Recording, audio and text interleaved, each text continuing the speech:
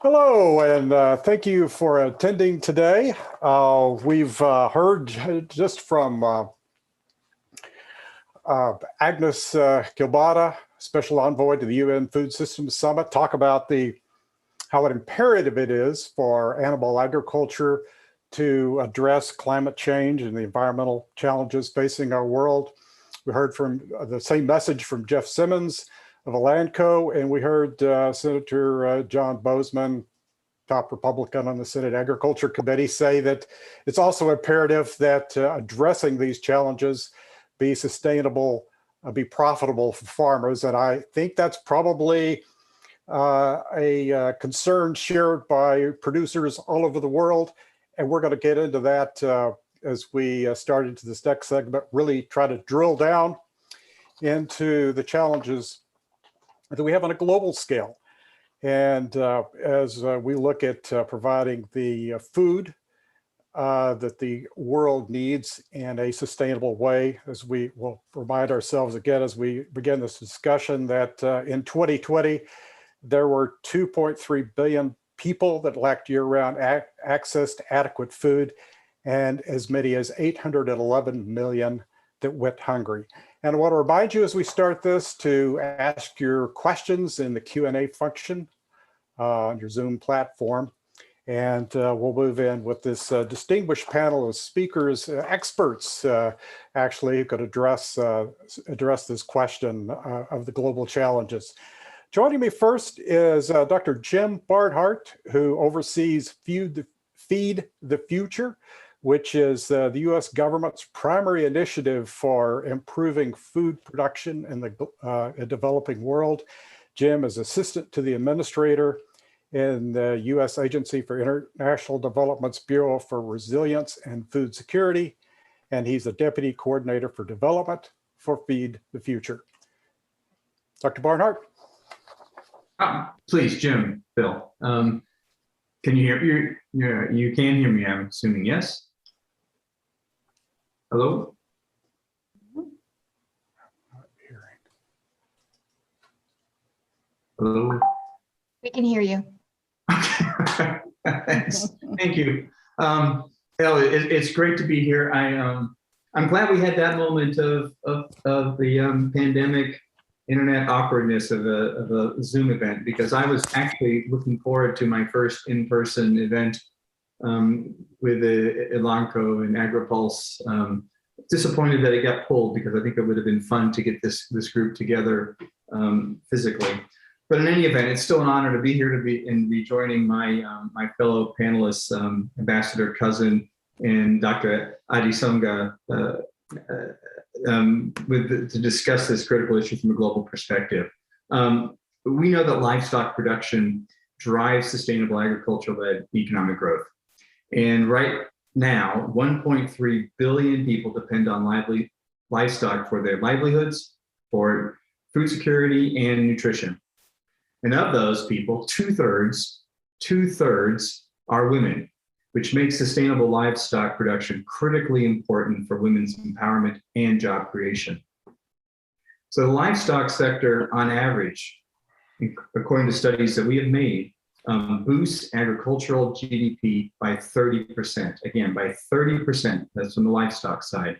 And that's in low and middle income countries. And it's a critical asset for households that are in recurrent crises, floods, droughts. Livestock helps them see through those crises and maintain levels of, food security and nutrition.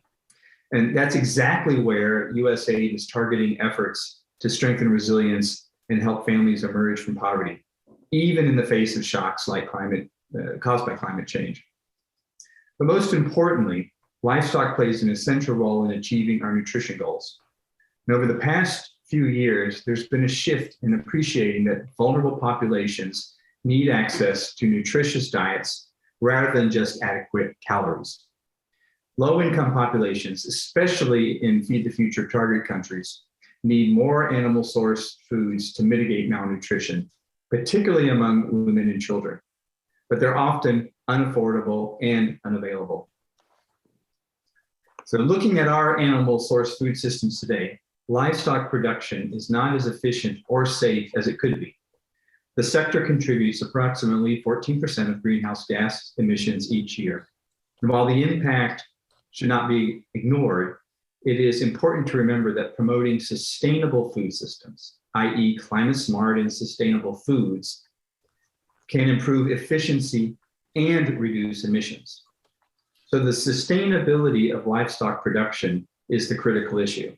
It's one of our sayings in our bureau. It's not the cow, it's the how. And that's why I'm particularly excited about the work that Feed the Future invests in food systems. And that food systems approach includes sustainable livestock production and resilience. An example, for instance, of the success in Feed the Future is our Livestock Innovation Lab. And it's led by Dr. Adi Soga that you'll hear from shortly. The Livestock Innovations Lab tested behavioral change in Burkina Faso to improve childhood nutrition through a simple but powerful source of protein, and that's the egg. Eggs are a nutrient-dense food, but are often remain unavailable or unaffordable to much of sub-Saharan Africa. So the Livestock Lab increased egg consumption in infants from 0 eggs per week to 6. And that resulted in reduction in wasting and better nutrition for those infants and their families. In another area, reducing animal disease burden, we see that as an important climate consideration as disease lowers productivity and increases emissions produced per pound of meat. Feed the Future is then exploring partnerships with 2 dairy initiatives, Dairy Nourishes Africa and Dairy Net Zero, where U.S. animal production expertise and our Feed the Future partners are playing a leading role in supporting dairy sector growth in lower income countries. These initiatives will also help lower emissions and increase nutrition. So as the global food security community, we should be very clear that livestock are part of the solution. Livestock are part of the solution. And they're part of the solution to address global hunger and malnutrition. USAID and our partners are excited to continue working on sustainable, safe development and climate smart strategies that will improve our environment, lift people out of poverty, and improve nutrition. With that, thank you, Phil, and I'll pass it back to you. Thank you very much, Jim. And we continue to drill down a bit here in the challenges of the developing world with Earthryn Cousin. She's the former U.S. ambassador to the UN Agencies for Food and Agriculture in Rome. That includes the World Food Program and the Food and Agriculture Organization. She later founded and now leads Food Systems for the Future, which invests in and provides services to innovative, market-driven food and agriculture enterprises. Ambassador Cousin. Well, thank you. I'm trying to make my video come on, and I'm hoping you can see me now. There we go. Good afternoon to everyone. Well, I have the disadvantage of coming after Jim Barnhart and the Special Envoy Agnes Kalibata. And so much of the things that I'd planned to say this afternoon have already been said. But I want to start where Jim finished. As we look to create a sustainable transition of the food system to support both our environment, to protect the health of all of the people on the planet, and providing the economic opportunity for all stakeholders across the food system. As Jim just said, and I will underscore, livestock is a part of that answer. Food Systems for the Future is an institute working to provide the policy change, the partnerships, the nutrition education, and most importantly, the financing required to support a just transition of the food system, particularly universal access to nutritious food. Through our impact investment funds, we will seek to help scale up U.S. Black and Brown food system entrepreneurs, as well as value chains in sub-Saharan Africa, providing capital and wraparound support to those entrepreneurs where that capital is currently unavailable today, with a goal of delivering a financial return, as well as creating nutrition impact. I heard commitments here today of this industry from this industry for providing the innovation and the new tools to drive the market-driven answers that are necessary, to drive the market-driven responses that are necessary in order to transform the food system as with livestock as a part of that transformation. The challenge that we've seen too often, both domestically and internationally, is that when those new innovations come online, they do not come online for the 500 million smallholder farmers or for poor and Black and brown farmers and operators in the food system right here at home in the United States. If we are to achieve that 2050 of net zero, achieve the work that is necessary between now and 2030 for us to embrace that 2050 vision, we must ensure that we create the vehicles that are required for an inclusive transformation of the food system. That's what we are working to do with Food Systems for the Future. We know that meat, milk, and eggs are nutrient-rich products that can and do boost affordable nutrition and provide affordable, nutritious diets for those who have access to those proteins. We also know there's a reality of overconsumption, a factor in crisis that is creating a crisis in overweight and obesity now plaguing the US and the EU. We can't ignore those realities, but we can address them. We can provide the tools that are necessary for consumer education to support the trillions of dollars in our food system that's controlled by consumers to support the demand that is necessary for those to bring the products online that will ensure universal access to more nutritious proteins. The dietary patterns across the world are extremely diverse. As you heard the special envoy say, the answers must be context specific. What are the right investments in the US are quite different than the appropriate investments for providing the access to nutritious food, the opportunity for those actors, stakeholders across the food system to benefit from the transformation of the food system.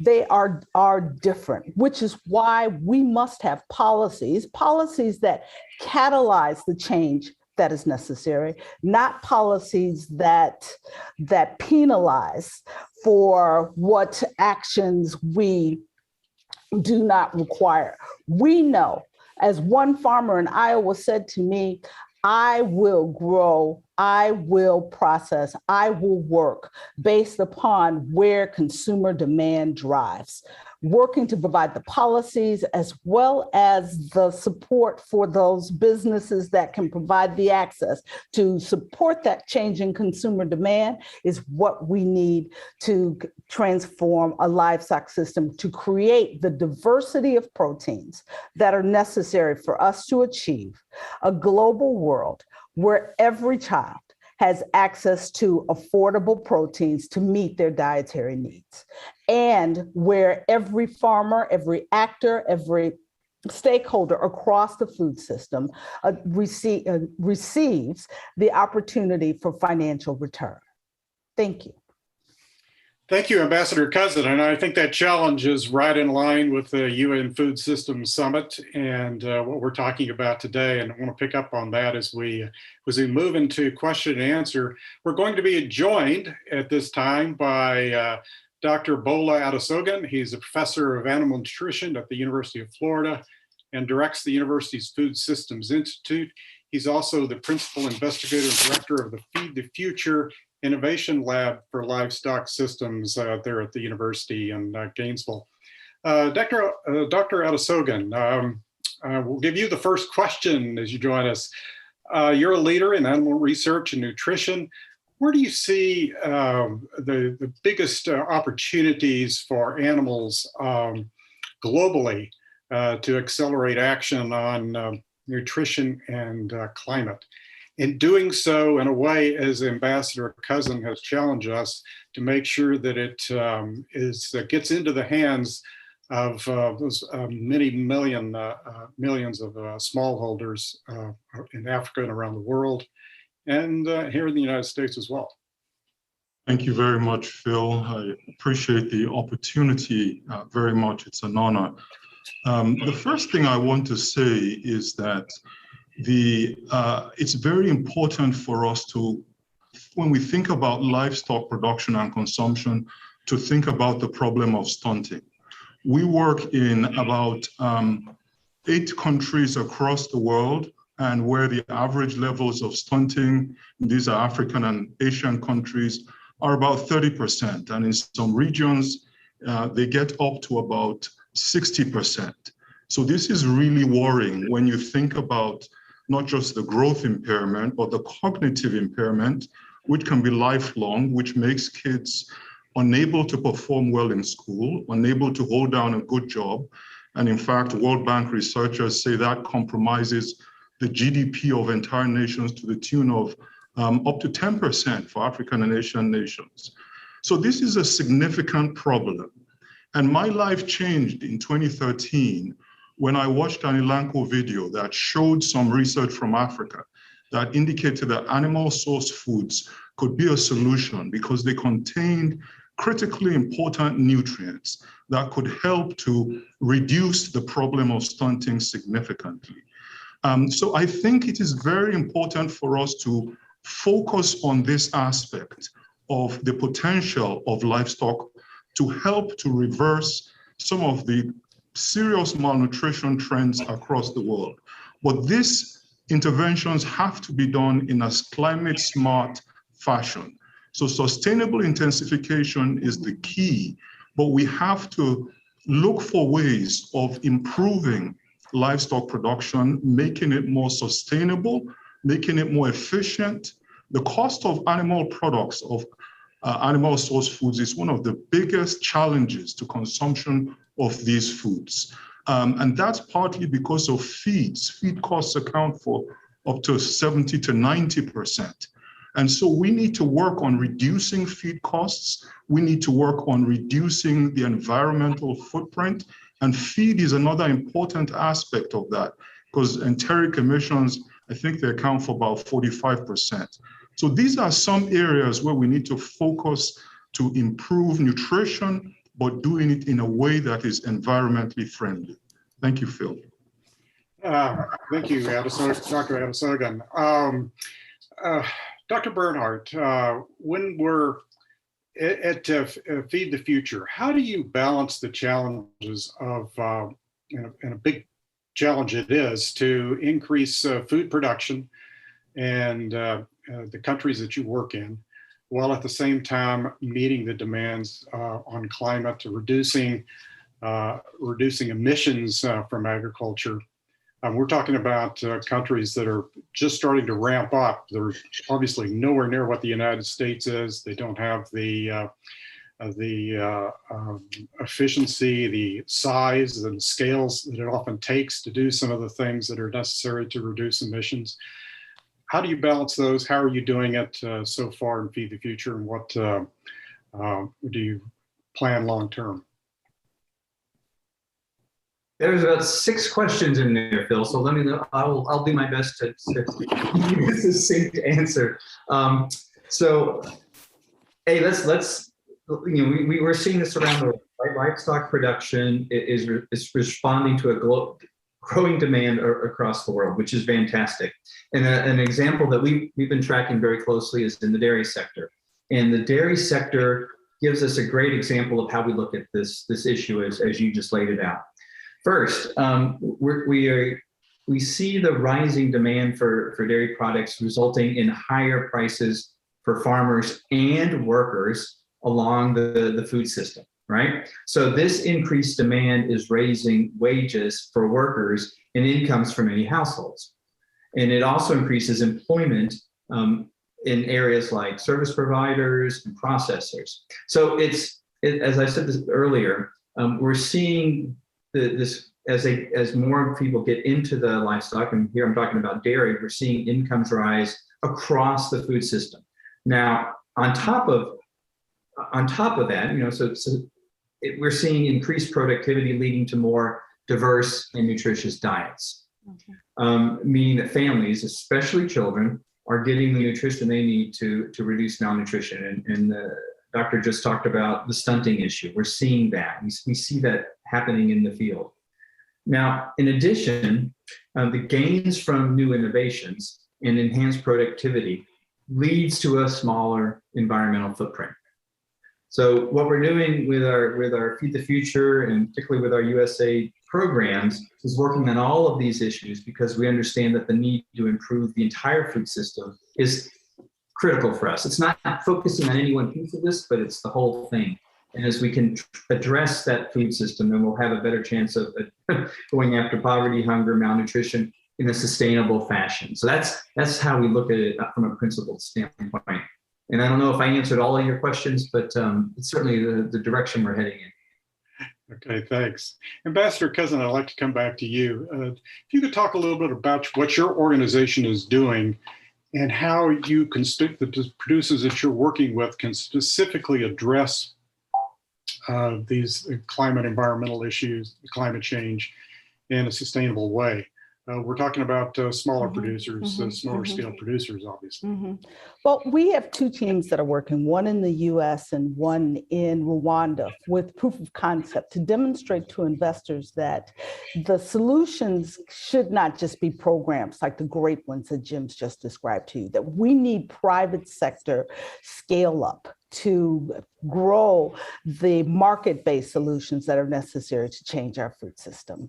And as we look at businesses in the US, we are focusing on businesses that are owned by Black and brown entrepreneurs that are working across the food system space to support that change that we've been talking about here. In sub-Saharan Africa, we are working on a proof of concept basis to support the entire poultry and egg value chain in Rwanda. Because we know that there is a significant portion of the population, over 20% of the children under 2 who are stunted. We know that prior to the pandemic, some 32% of the population on the continent suffered from anemia. So we know that there's an opportunity for providing and scaling up the poultry and egg industry to address those challenges. But we must, as was said earlier, start from feed, looking at reducing feed costs, because feed is 70 to 80% of the cost of poultry production on the continent, that creates the unaffordability of protein today. And so we're working to not just address production, but all of the attributes across the food system that will increase the scale as well as lower the price of poultry and eggs, that will make it affordable for more families, providing for the opportunity, more access to nutritious foods. And that we don't have the luxury of working in silos. We need to work across value chains to increase the opportunities that will provide for new choices for consumers. And that's what we're doing at Food Systems for the Future. Okay, thanks. We've talked a lot about what farms can do to the challenges of reducing their carbon footprint or reducing their environmental impact, reducing greenhouse gas emissions. But we also know that farmers, both here in the United States and globally, are also going to are facing and will continue to face increasing challenges with climate change, droughts, floods, and the like. Right now we have the Southeast dealing with another hurricane. So I would like to talk a bit about how we need to help food systems globally become more resilient. How do we help farmers become more resilient? Jim, I'll start with you on that, but I'd like you, Dr. Adesogan, and Ambassador Cousin to address this as well. Yeah, absolutely great question. First, and I think Special Envoy mentioned it, Ambassador Cousin mentioned it, and Professor Adesengo referenced it as well. But local context matters, right? Where you're operating from a community level, from a regional climate level, that's where you start from, right? So it depends on the community where we're working in, how to address the resiliency question. Along with sustainability, building strong, resilient food systems that deliver the right nutrition is what our goal needs to be, right? And so when we think about this, we want to break it down into a few questions. First, what do we need to be resilient? Is it livestock? Which crops? How do we fit those pieces together, right? And it is going to vary by where in the world we're talking about. Second, resilience for whom, right? Who is particularly vulnerable in this area? Which livelihoods can we best help establish resilience quickly? Too often we do miss the most marginalized, disenfranchised populations where we work. And I'm pointing at myself for this as well in terms of as a development program. We have to take a look at those populations in the areas where we work who are on the edge and really are looking to have some way of being able to withstand recurrent crises. So resilience for whom? That's the second question. Third, resilience for what? Now this is pretty self-explanatory, but what is the risk, right? What stressors or shocks do we reasonably expect with the process that we're about to go into? And then last, through what ways can we achieve resiliency? Essentially, how can risks be reduced and productivity increased by using our programs and expertise or the expertise of our partners? And that's where we look to our innovation labs, we look to our partners in the field to help us answer those kinds of questions. Again, depending on where we're focused. Dr. Adesogan, could you? Yes, thank you very much, Phil. If you don't mind, I'll first of all like to just mention that there's a term we love to use that I think is misleading, and that is the term animal protein. And we need to be careful because I think we're shooting ourselves in the foot. Because when we describe livestock products as animal protein, we neglect the fact that the quality of the protein is far higher than what you get from other types of food. And the nutrient density and bioavailability is much greater. So if somebody just buys a plant-based milk with a similar protein content, they're missing so many other vital nutrients from milk. So we just need to be careful and find maybe a better term.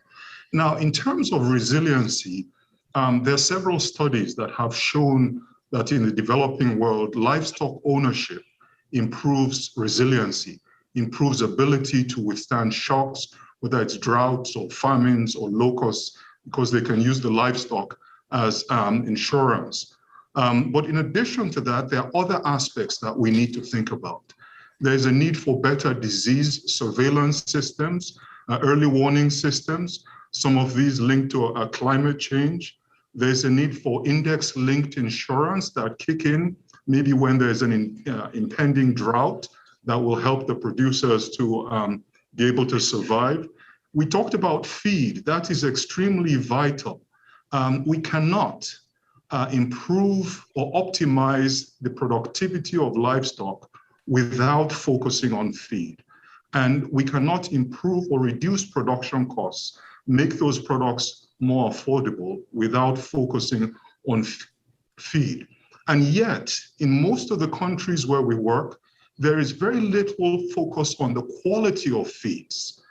Most of the time, in fact, in some of our countries, people have told me that they eat to satisfy their stomachs. So in rural areas in these countries, people don't understand the concept of nutrients. And in Burkina Faso, I went to a beautiful livestock market last month where they had a whole range of different forages, all sold for the same price, about 20 different types. So we need to emphasize the importance of striving for quality so we can optimize the health and resilience of the animals. Young stock mortality is a huge problem across Africa and parts of Asia. There are solutions to these problems. We've piloted these in some of our countries and reduced the issues significantly. Another big issue is seed systems. Forage seed systems are grossly lacking in many of the countries where we work. And this is another area of huge need. In addition to that, the whole area of environmental enteric dysfunction, cohabitation of people with livestock, which allows infants to ingest pathogens and products from pathogens that cause gut inflammation and environmental enteric dysfunction, impairing nutrient absorption. Very critical to address that as well. And of course, better access to credit, particularly for women and youth, is another vitally important aspect. So these are just, some of the issues. Maybe the last point I would make is just bringing the different actors together. We find that in the countries where we work, extension is siloed. Research is done for promotion or just for the bookshelves or the journals. We need to transition to focus research to be done for impact and strengthen the extension systems. I'll stop there, but I'll stop there for now. Thank you. Mr. Cousin, what would you see as specific examples of practices, changes that could be made that are practical for smallholder farmers to help them? One or two changes. Well, you've heard some of them already. We need, I see so many innovative, high growth, full of potential entrepreneurs across the food and agriculture businesses. These businesses are led by passionate, talented, and often socially committed entrepreneurs, but they lack access to capital, they lack access to technology, they lack access to the innovations that we're describing here today. And we need to ensure that we leapfrog the challenges that are being faced, just as we did with mobile telephones in creating communications access, to creating the transitions in the food system that are necessary, both in sub-Saharan Africa as well as in Southeast Asia, to increase the productivity of those food systems. To succeed, those companies require fertile, enabling environment, including, as was just stated, the cash in the form of debt and equity investments to grow beyond the early startup phases. We call it that messy middle. We often see lots of programs, Jim's described them, where we bring capital online to new businesses that provide them with the ability to start up. But then what? Because commercial capital sees too much risk in these environments and in these populations for the businesses to scale. We will not achieve the goals that we've been describing here today if that capital is not made available to ensure the opportunity for scaling these businesses to achieve the goals that we all say we share and want to ensure that we make a reality. Thank you. We have a number of, this may be our last question, but we obviously have a number of representatives of companies in agriculture and industry groups participating in this call today. What can they do? What do they need to do to help accelerate this transition that needs to happen to make agriculture globally more sustainable and more productive? Can I jump in, Bill? Right ahead. Oh, because this is a passion of mine. Because my background is as an economist. I'm not a livestock expert, but I have spent the bulk of my career with USAID overseas, and I have come to the firm belief over the 20 plus years overseas that the most sustainable model of development is when the private sector is investing domestically, regionally, globally.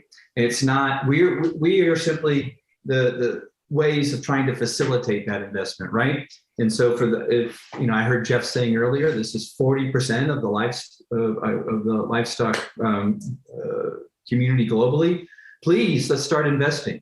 And you can do that successfully by following a few key principles, at least from my experience that I have seen work. Number one, don't worry about your size, right? US companies or global companies, I'm assuming we have some global companies on this call as well. You have capital, you have know-how, you have systems, and you have innovation, and you know how to scale. And that is those are the things that are missing. We were just talking about what's missing for a lot of the producers in Africa. So regardless of your size, here, you can be a really important player there, and you can see a return on your investment if you get it right. And you get it right by going into these local areas and spending time listening to people. Feel free to use our USAID missions in countries where we operate. We need to be engaging with our international partners and companies to try to figure out where the opportunities lie, where the gaps are, and how companies can work together. You do have to be ready to accept a little bit of risk, right? I've seen a lot of these deals fail in the field because the company will come to see me in the mission and say, okay, what are you going to give us to invest here? It's like, whoa. Let's talk about how we're going to partner together. We'll help facilitate it, but we can't de-risk your investment. You're going to have to put a little bit of skin in the game. But if you come in with that forward-leaning thinking, you come in open to listening to the populations where you're operating and working with us, the aid missions, there's an incredible opportunity to address climate change, to address equity and inclusion issues, which is a top priority for us right now, and to really think carefully about how you both address poverty, hunger, and malnutrition while also expanding your business and being more profitable. Because I think there's great opportunity out there. It's a matter of being willing to invest some of your own risk capital and some time and energy and working with us. Sorry, I spoke too long. Yeah, okay. Ambassador Cousin, how do you do that in a way? I mean, you've also talked about the need to address the local context. We're talking about smallholder farmers, often in Africa. Reported there myself. Companies want to work with larger producers, as they do in many places, more efficient and so forth. How do companies address that local context and also address the smallholder farmers? Well, if you don't mind, I'm going to expand it to include not just smallholder farmers, but Black and Brown owned businesses in the food systems here at home in the United States. As we look to transform our food system, particularly the livestock system, we need to ensure that we're looking beyond what was traditionally defined as too risky. Because the idea of investing needs to go beyond what we are seeing today, whether you're talking about over here or over there, which is a plethora of incubators, accelerators, hubs, microloans, and X prizes that are coming online, but nothing above that. And that's where we lose so many businesses, because that's when the commercial capital says it's too much risk, and those prizes and accelerators say you've outgrown us. So then where do businesses go? Because the types of access to capital that are available to many, because of different races in the United States or in different communities across the globe. As one investor, asset owner told me, Earthman, Africa is too risky. I said, that's 54 countries, right? You just drew this broad stroke across the entire continent without analyzing the differences in those countries and the opportunities for growing businesses in Nigeria and Ghana and Rwanda and Kenya, where you're seeing significant year-over-year GDP growth with an opportunity for not just changing food systems, but providing for economic financial return. So we need businesses and investors to look and think differently about what is risk. what is opportunity? How do we make the changes in this livestock system in a way that ensures that we are providing not just the change, but the access to opportunity for those operators across the different sectors that I've just discussed? Thank you. Well, we're going to have to wrap up there. Thank you all so much. It was a great discussion, and I think we could continue it for another hour or two. There's so much to drill down on this issue. Huge challenges, and we'll continue this discussion into next week with the Food System Summit. Now.